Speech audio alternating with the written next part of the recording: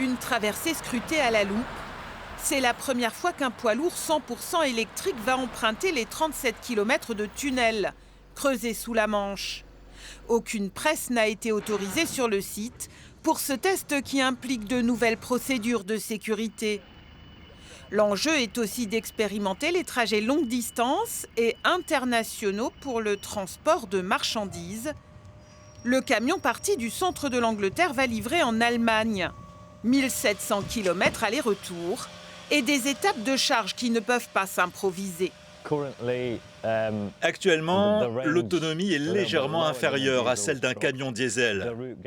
Les itinéraires sont planifiés en fonction de l'autonomie du véhicule, ce qui permet de s'arrêter à des endroits précis.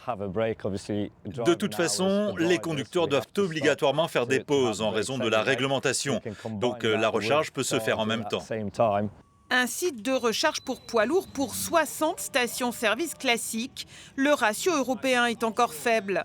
Ce transporteur vise 60% de sa flotte électrifiée en 2030. Il possède déjà 100 camions de ce type. Aujourd'hui, on voit que c'est toute une infrastructure, tout un écosystème qu'il faut construire. Donc, on parle souvent du coût plus élevé des camions, mais il y a également les bornes de recharge, le coût de l'énergie. Il y a beaucoup de nouveaux paramètres qui rentrent dans ce genre de business. Ce genre de projet permet d'ouvrir les horizons, c'est-à-dire l'électrification de masse en Europe. Aujourd'hui, dans l'UE, 1% des camions roulent à l'électrique. Cette société calaisienne a acquis son premier véhicule à l'automne. Il effectue chaque jour 500 km sur une rotation Calais-Arc.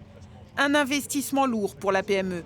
Le camion coûte plus de 2 fois plus cher, plus de 2 fois le coût d'un camion classique standard.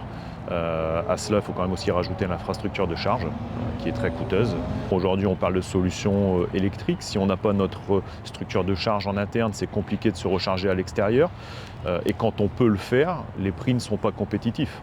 Donc les clients, économiquement, ne souhaitent pas toujours s'engager dans cette démarche. Ce transporteur entend baisser ses émissions carbone de moitié d'ici 2030 grâce à un mix de solutions. Une partie de sa flotte roule au carburant de colza. Du côté du transmanche, sur plus d'1 million de poids lourds annuels, Eurotunnel vise 10 à 15% d'électrique dans 10 ans.